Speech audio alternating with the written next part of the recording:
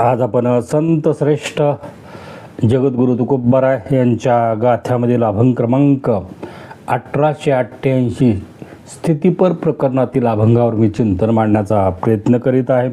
लाजबाटे मज मानिती हे लोक, हे तो नाही एक माझ्या अंगी, मोजोने झिजलो मापाची परे, जाळावी हे थोरी लाभावीन, कोमळ कंटक तीक्ष्ण अंगरे, पोचटते वरी अंग कांती, चित्रीचे ते लेप शृंगारिले निके, जिवे विन फिके रूप त्याचे, तुका मने दिसे वाया गेलो देवा, अनुभव ठावा नाही तेने, मोजून झिजलो मापाची परी, जाळावी हे थोरी लाभावीन.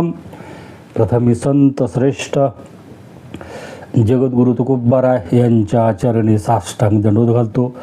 सर्व साधू संतांच्या चरणी साष्टांग दंडवत घालून, पांडुरंग परमात्मा यांच्या चरणी साष्टांग दंडवत घालून, महर्षी वेदव्यास यांच्या चरणी साष्टांग दंडवत घालून माझ्या या चिंतनाला सुरुवात करतो. आज महर्षी वेदव्यास यांचा जन्मदिवस, आज व्यास पौर्णिमा, आज गुरुपौर्णिमा. आज या गुरुपौर्णिमे दिवशी आपण आपल्या जीवनामध्ये गुरुच्या चरणी साष्टांग दंडवत घालावा. आपल्या जीवनामध्ये गुरुला कारण प्रेम देण्याचा प्रयत्न करावा. आपल्या जीवनामध्ये गुरुला सर्वस्व समर्पण करावं. जोपर्यंत आपण त्या गुरुला आपलं सर्वस्व समर्पण करणार नाहीत, जोपर्यंत आपल्या अंतःकरणामध्ये अहंकार आहे, तोपर्यंत आपण त्या गुरुला काहीच समर्पण करणार नाहीत. म्हणून ही जी व्यास पौर्णिमा आहे, अत्यंत महत्त्वाची व्यास पौर्णिमा आहे. म्हणून माझ्या जीवनामध्ये या अभंगावर आधी आपण संपूर्ण अभंगाचा सरळ शाब्दिक अर्थ पाहू, नंतर महाराजाला काय सांगायचं आहे ते पाहण्याचा प्रयत्न करू. लाज वाटे मज मानिती हे लोक, हे तो नाही एक माझ्या अंगी. महाराज सांगतात, माझ्या जीवनामध्ये लोकांनी मान द्यावा असा एकही गुण चांगला माझ्या अंगामध्ये नाही. आता माझ्या अंगामध्ये चांगला गुण नसून लोक मला मान देतात, लोक माझ्या जीवनामध्ये कारण स्तुती करतात, त्याची मला फार फार लाज वाटते. असा सरळ पहिल्या चरणाचा भावार्थ होतो.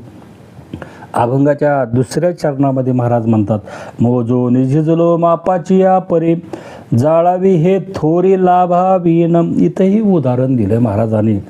वजन करण्याचं जे माप असतं, माप करून करून करून ते माप झिजलं जातं, पण त्या मापाला त्याच्या जीवनामध्ये कोणताच लाभ होत नाही. त्याप्रमाणे महाराज म्हणतात, मी परमार्थ करून करून माझ्या जीवनामध्ये झिजलो आहे, पण माझ्या जीवनामध्ये कोणताच लाभ झालेला नाही. बरं, असं असूनही या जगामध्ये लोक माझी थोरवी गातात, ह्या थोरवीला माझ्या आग लागो असं महाराज अभंगाच्या दुसऱ्या चरणामध्ये सांगतात. अभंगाच्या तिसऱ्या चरणामध्ये महाराज म्हणतात, कोमळ कंटक तीक्ष्ण अंगरी, पोचटते वरी अंग कांती. इथंही तिसऱ्या चरणामध्ये महाराजांनी उदाहरण दिलेलं आहे. एखादं बाबळीचं झाड असतं, त्याला काटे येतात आणि ती कवळे काटे, ते कवळ्या काट्याचं अग्र म्हणजे टोक एवढं तीक्ष्ण दिसायला दिसतं आणि ते काटा एवढा सुशोभित दिसतो, एवढा दिसतो, ती जर आपल्या पायामध्ये घुसला तर तो निघणार नाही. त्या काट्याकडं पाहून आपल्याला वाटतं, मात्र तेच कवळे काटे आपल्या जीवनामध्ये तोडले, जमिनीवर टाकले आणि पायात नाही काही घालता जर रगडलं तर तो एकही काटा आपल्याला टोचतही नाही. मग ते सर्व काटे कसे आहेत? पोचट आहेत. तसं आपल्या जीवनामध्ये आपण भक्ती करतो, अनुभूती नाही. जे बडबड करतो, अनुभूतीचं ज्ञान आपल्या जीवनामध्ये नाही. म्हणून हे भगवंताची प्राप्ती करून घेणे, याच्याबद्दल बोलणे नाहीच, हे अनुभूतीचं ज्ञान आहे. हे अनुभूती करून घेण्यासाठी, कारण ज्या महात्म्याला त्याच्या जीवनामध्ये भगवंताची प्राप्ती झालेली आहे, आशाला शरण जावं लागतं, आशाला गुरु करावं लागतं. आणि आशाला गुरु करण्यासाठी आपल्या जीवनामध्ये आपलं मन, बुद्धी, अहंकार हा आधी घालावा लागतो. मन तर किती विचित्र आहे. गती अधोगती मनाची हे युक्ती, मन लावी एकांती साधू संगे. जतन करा धावते सैरा उडाळते, मान अपमान मनाचे लक्षण, लाविलिया ध्यानतेची करे. कारण मन असं आहे, ह्या मनाला जोपर्यंत तुमच्या जीवनामध्ये कारण शांत करणार नाही, मनाला एकाग्र करणार नाही. म्हणून परमार्थ हा बोलण्याचा नाही, अनुभूतीचा विषय आहे. म्हणून महाराज सांगतात तुमच्या जीवनामध्ये अनुभूती नसेल तर त्या ज्ञानाला या जगामध्ये काही किंमत नाही. असा 3ऱ्या चरणाचा भावार्थ होतो.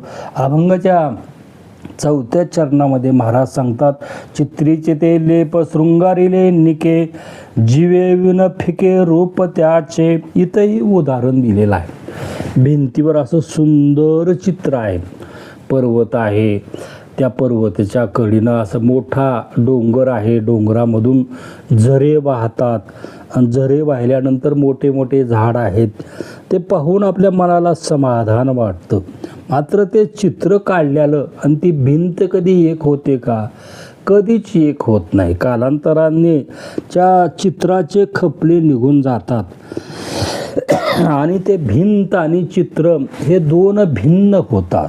तसं परमार्थ करीत असताना किंवा भक्ती करीत असताना आपल्या जीवनामध्ये जोपर्यंत हे मन, हे बुद्धी त्या भगवंताप्रती आपल्या जीवनामध्ये एक रूप होणार नाही, आपल्या अंतकरणामध्ये हे अंतकरण चतुष्टी मन, बुद्धी, चित्त आणि अहंकार. कारण मन रात्रंदिवस म्हटलं की ते विषयाचं चिंतन करतं, ते कधीच भूतकाळ आणि भविष्य काळामध्ये राहतं, वर्तमान काळामध्ये हे मन राहतच नाही. म्हणून आपल्याला भगवंताची प्राप्ती करून घ्यायची आहे तर हे नुसतं बोलून भागणार नाही, याचं वर्णन करून आपल्या जीवनामध्ये भागणार नाही, तर त्याची अनुभूतीच आपल्या जीवनामध्ये आली पाहिजे. तसं हे भिंत आणि ते चित्र भिन्न आहे, ते कधीच त्यांच्या जीवनामध्ये एक होत नाही असं महाराज अभंगाच्या 4थ्या चरणामध्ये सांगतात. अभंगाच्या शेवटच्या चरणामध्ये महाराज म्हणतात तुका म्हणे दिसे वाया गेलो देवा, अनुभव ठावा नाही तेने. महाराज म्हणतात माझ्या जीवनामध्ये जन्मभर परमार्थ केला पण त्या भगवंताचा अनुभव आलेला नाही, माझा जन्म फुकट वाया गेला. असा आपण संपूर्ण अभंगाचा सरळ शाब्दिक अर्थ पाहिलेला आहे. तर अभंगाचं पहिलं चरण अत्यंत महत्त्वाचं आहे. लाज वाटे मज मानिती हे लोक, हे तो नाही एक काय नाही अनुभव नाही. आणि अनुभव घेण्यासाठी शब्दज्ञानाला काही किंमत नाही, शब्दज्ञानानं भगवंताची प्राप्ती होत नाही. म्हणून काय करावं लागतं? शून्य शोधिले नाही जाणे, काय विवरण केले तेने, अज्ञानपण फुगणे, गाढवपणे जिने पशुचे ते. माऊली सांगतात शांत बसावं लागल.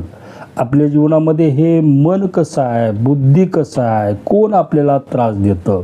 जे प्राणी या कामी भरू, देहावरी चादरू, म्हणून पडिलो विसरू आत्मबोधाचा. कारण आपल्या जीवनामध्ये मीच देह आहे. तुम्ही देह आहात का? अहम ब्रह्मास्मी, त्या भगवंताचा तुम्ही अंश आहात, तुम्हीच भगवंत आहात. पण देहावरलं ममत्व आणि काम वासना, कारण या काम वासण्यामुळं आपल्याला विसर पडला मी कोण आहे. म्हणून आपल्या जीवनामध्ये स्वतःची ओळख करून घ्यायची असेल, तुम्ही कोण आहात याच्यासाठी तुमच्या जीवनामध्ये गुरु लागतो. म्हणून आज गुरुपौर्णिमा आहे. असा गुरु लागतो की त्या गुरुला त्याच्या जीवनामध्ये त्या भगवंताची प्राप्ती झाली पाहिजे. ते परब्रह्म निर्वाण आत्मविदाचे कारण, ते चिते पुरुष जान पंडुकुमारा. ज्या मनुष्याला परब्रह्म निर्वाण आत्मविदाचे कारण, ज्या महात्म्याने त्याच्या जीवनामध्ये स्वतःची ओळख करून घेतलेली आहे, निर्वाण अशा परब्रह्माला त्यांनी जाणून घेतलेला आहे. म्हणून म्हटलं की आज व्यास पौर्णिमा आहे. गुरुपौर्णिमा आहे. वेदव्यास यांनी 4 वेद, 6 शास्त्र, 18 पुराण याची निर्मिती केली. याचं सर्वाचं सार काय आहे? त्या भगवंताची प्राप्ती. आणि भगवंताची प्राप्ती करून घ्यायची असेल आपल्या जीवनामध्ये तर आधी स्वतःची ओळख करून घेतली पाहिजे. जोपर्यंत तुम्ही कोण आहात स्वतःला ओळखीत नाही तोपर्यंत त्या भगवंताची प्राप्ती कधीच होत नाही. हा सिद्धांत आहे. जसं आपल्याला भारताच्या पंतप्रधानाला भेटायचं आहे, तो एक भारताचा पंतप्रधान आहे, त्याला भेटू दिलं जात नाही. हा जगाचा मालक आहे. अनंत ब्रह्मांड उदरी तो हरिहा बालक नंदा घरी, नबल केवडे केवडे नकळे कानोबाचे कोडे, पृथ्वी जाने तृप्त केली त्याची यशवदा भोजन घाली, तुका म्हणे नटधारी. तुका म्हणे नटधारी कारण तो नटधारी आहे. कारण 50 अशा लाख या सृष्टी आहेत आणि त्याचा तो मालक आहे. आणि त्या मालकाकडे तुमच्या जीवनामध्ये जायचं असेल तर काय लागतं? कारण त्याला तुमच्या जीवनामध्ये दुसरं काही नाही. कारण जया ते अव्यक्त म्हणो हे कोडे, म्हणता स्तुती हे ऐशे नावडे, जे मना बुद्धीनं सापडे मनोनिया. त्या भगवंताला कारण कौतुकानं अव्यक्त म्हटलं तरी त्याची स्तुती होत नाही. कारण तो अव्यक्त म्हणजे तो कधीच बदलत नाही. त्याला रंग रूप गंध आकार उकार काहीच नाही. आणि तो भगवंत त्या मनाबुद्धीला कधीच कळत नाही. त्या मनाबुद्धीला त्याची कधी कारण तो स्वप्नामध्ये सुद्धा येत नाही. त्या मनाबुद्धीच्या तो पलीकडे असणारा तो भगवंत. आणि त्याची तुमच्या जीवनामध्ये प्राप्ती करून घ्यायची असेल तर कशी घेतली पाहिजे? राजनत्व नसता अंगी, राव रायपण काय भोगी, का अंधारोहन अलिंगी दिन कराते, आणि आकाश जे नव्हे तया आकाश काय जाणावे, रानाच्या रूपी मिरवे गुजाचे लेणे, म्हणून मी होणे नाही तया मीचे आहे केही, मग भजले हे काही बोलो कीर. कारण जीव हा आत्मरूप झाला नाही. त्याला सर्वत्र आत्मव्याप्ती असूनही त्याची अनुभूती होत नाही. जसं जीवानं त्याच्या जीवनामध्ये भजन कीर्तन नामस्मरण ध्यान धारणा काही केलं तरी कारण राजा होऊनच राजवैभवाचं सुख त्याच्या जीवनामध्ये भोगावं लागतं. म्हणून आपल्या जीवनामध्ये त्या भगवंताची प्राप्ती करून घ्यायची आहे तर गुरु लागतो. तर गुरु कसा लागतो? तो भगवंत प्राप्त झालेल्या महात्म्यालाच गुरु करून घेतलं पाहिजे. असा गुरु या कलियुगामध्ये मिळणं अत्यंत कठीण असणारी गोष्ट आहे. म्हणून आपण काय करावं? आज व्यास पौर्णिमा आहे. व्यास पौर्णिमा, गुरुपौर्णिमा, चंद्राचा पूर्ण चंद्र आहे. सर्व गुरु आज, कारण मी बोलत नाही, धर्मशास्त्र सांगतं, सर्व गुरु शिष्याची वाट पाहतात. कारण गुरुलाही त्यांच्या जीवनामध्ये योग्य शिष्य त्याला ज्ञान देण्यासाठी ते वाट पाहत असतात. म्हणून आपल्या जीवनामध्ये आपण काय करायचं नाही, हा अहंकार सोडून द्यायचा. आणि आज संध्याकाळी आज गुरुपौर्णिमा 1 तास बसायचं. लहानपणापासून आपल्याला ज्या ज्या गुरुनी जे जे ज्ञान दिलेलं आहे, ज्या गुरुबद्दल आपल्या अंतःकरणामध्ये प्रेम आहे, आदर आहे, श्रद्धा आहे, अशा गुरुची मूर्ती डोळ्यासमोर आणायची. अहंकार पूर्ण सोडून द्यायचा, पूर्ण समर्पण करायचं त्यांच्या चरणी, त्या गुरुच्या चरणी पूर्ण देह मन बुद्धी चित्त पूर्ण समर्पण व्हायचं. आणि त्या गुरुच्या चरणी साष्टांग दंडवत घालायचा, त्यांना धन्यता द्यायची आपल्या जीवनामध्ये. असं जर आज तुमच्या जीवनामध्ये संध्याकाळी केलं तर नक्की तुमच्या जीवनामध्ये जो आत्मज्ञान प्राप्त झालेला जो गुरु आहे, जो महात्मा आहे, तो तुमच्या जीवनामध्ये तो स्वतः येऊन तुम्हाला त्याच्या जीवनामध्ये तो तुमच्या आत्मा ज्ञान तुमच्या जीवनामध्ये करून देण्यासाठी तुमच्या आत्म्याची आणि त्याच्या आत्म्याचं मिलन होईल. तो तुमच्या आत्म्यामध्ये प्रवेश करील.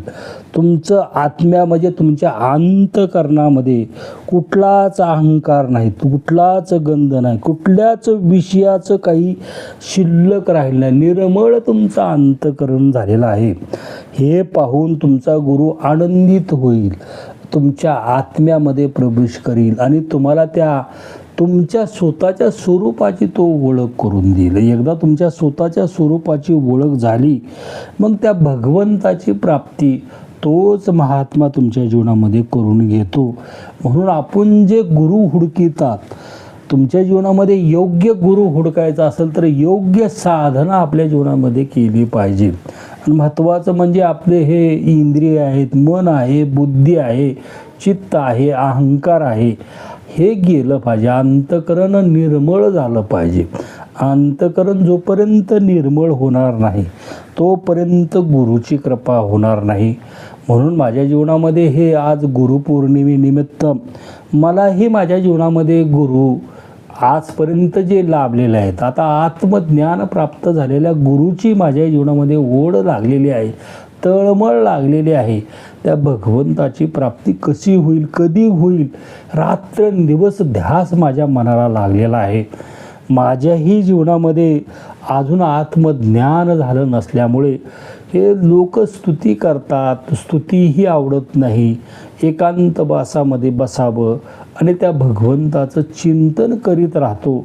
पण आजपर्यंत ज्या ज्या गुरुने माझ्यावर कृपा केलेली आहे संसारामध्ये, परमार्थामध्ये, त्या गुरुचं मी माझ्या जीवनामध्ये आज संध्याकाळी, कारण ध्यानामध्ये बसून त्यांच्या चरणी पूर्ण समर्पण करून मी माझ्या जीवनामध्ये त्या भगवंताला, त्या गुरुला मला आत्मज्ञान प्राप्त हो, मला त्या भगवंताची प्राप्ती व्हावी, एवढाच अट्टास माझ्या जीवनामध्ये आता मी करीत आहे.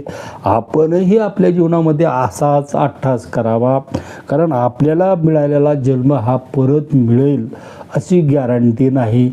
म्हणून ह्या मिळालेल्या जन्माचं सार्थक करावं. आज गुरुपौर्णिमा असल्यामुळं आज सर्व गुरुची सर्व शक्ती संध्याकाळी, कारण ते शिष्य हुडकितात, त्या शिष्याला त्यांच्या जीवनामध्ये, कारण ते होऊन तुमच्या जीवनामध्ये येतात. म्हणून आज या गुरुपौर्णिमेचा प्रत्येकानं लाभ घ्यावा. आपली स्वतःची ओळख करून घ्यावी, त्या भगवंताची ओळख करून घ्यावी. माझ्या सर्व गुरुच्या चरणी हे शब्दरूपी भावपुष्पार्पण करून सद्गुरू चिन्मयानंद स्वामी जगद्गुरू तुकोबरा, तुम्ही सर्व प्रिय आत्मा, तुमच्या चरणी हे शब्दरूपी भावपुष्पार्पण करून माझ्या अल्पशा सेवेला पूर्णविराम.